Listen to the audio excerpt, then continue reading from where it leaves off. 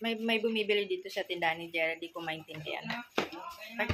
Turuan mo ko, Gerald. Anong salita niyo dito? Kapampangan ka. Kapampangan kayo? Sabi nila pag kapampangan, ano daw? Kasi sarap magluto. Oo nga, bakit dito naman ako nag-stay sa Porac? Dito ako nagkatrabaho. Parang wala naman nakitang masarap na luto. Dito lang. Hindi, di ba dapat may special, ibig sabihin, dapat may specialty Kapampangan, di ba? Oo. Sabi nila specialty? masarap magluto. Parang, Yun din. Tapos adobo. Adobo. Adobong tuyo. Turuan mo ko. Example, anong ano mo sa Kapampangan yung, ako magsasabi ng Tagalog. Sige. Ikaw yung sa ano, pag Kapampangan. sabi Kapampangan. Pabili. malago. No, pabili. Sa liko. Sali ako. Paano dapat? Sa liko. Sali ko. Tapos sasagot ka naman. Ano yon? Nanong ita. Nanong kera. Pwedeng gano'n. Nanangkay ka. Nanong salwan mo. Paano pag Wala pala pautang? Kapampangan. Manutang ko. Katunog lang ng manutang ko. Pag nasan si Gerald? No ka rin yung Gerald. No ka rin? No ka rin. Ibig sabihin ng no ka rin. Nasaan? Nasaan? Ang alam ko lang sa Kapampangan, ano, nasi. Nasi. Yung ano. Kanin. Kanin. At saka murit. Benta tayo dito. Murit ba yun? Kasi yung pamangkin ng pinsan ko, tinatawag niya murit yung kalaro niya. Anong murit?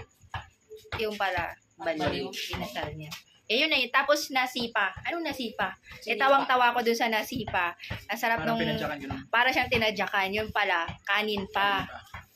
Nakapambangan sila. Dito Dito sila sa tayo. Ilocano din dito. Parting, Yung side ng airpot ko, Ilocano. Parting Victoria, Ilocano. Oo, yun.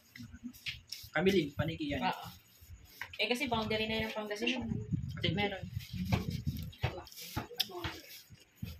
Sabi mo, Gerald, meron. Anong sinagot mo? Atin. Ha? Atin. Atin? Atin to. Atin. Atin po. Meron po, ganun.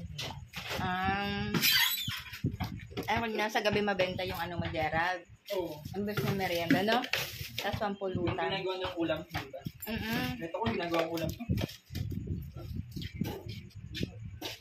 Tsaka puro slim kasi yung kinikinda ng ano dito, mga tao. Kaya, nilagyan natin ng voice. Ako Iba din naman kasi mas yung gusto ano, ko yung fried. fried. What?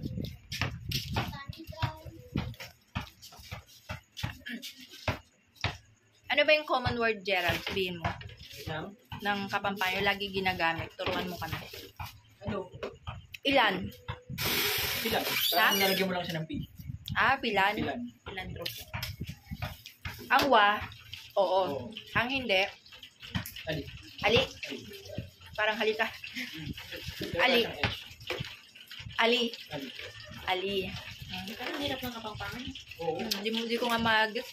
Kasi yung panggalatong Ilocano, ang bilis ka naman natutunan. Kanina nag 7-Eleven tayo, iba na yung salita. Na-realize ko, hindi na pala ito Tagalog. Ano ang flavor nito, Gerald? Honeybee? Honeybee. Yung bagong flavor ni Gerald sa french fries niya, honeybee. Yun yung itawag mo doon sa magiging jowa mong taga Cavite, Gerald. Merong kano si Gerald. Kano niya. Kamarites niya. Kamarites sa tindahan. Kamarites sa tindahan. Ayan, hindi po ako minom ha. Wala po akong baso niya. Yan, kay Jack po yung isa. Tapos niya ipapalinis. Ito may nagpapalinis ako uminom. Lumayo lang po sila dito para magpalinis. Ito lang yan sa akin. Good girl po tayo. Pero bad sa katawan. Yung I like, good for the Hard. heart attack. Good for the Sarap. Ito naman, masarap naman talaga ito. Ito na madalas pinampupulutan, diba? Lalo na pag miinom ka na mumulutan ka. Bibili sa fried. Fried choma, bibili.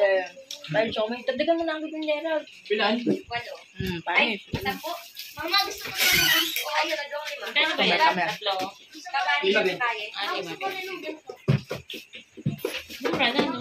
Yung steam mo, ano yung Kasi Gerald, pinirito mo, diba? dapat iba yung ano, 5 pesos. Sa amin, Gerald, mas mahal ang prito. Mura steam. Baka kasi gumagamit ka naman tika. Huwag mo ihahalo dyan, pakialamero talaga. Ito na, hiwala yung Gerald. Isasabay mo na, una mo na yung pinirito. Yan, pakialaman ko yung mayari.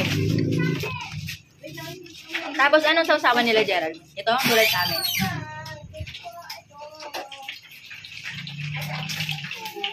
Homemade lang din.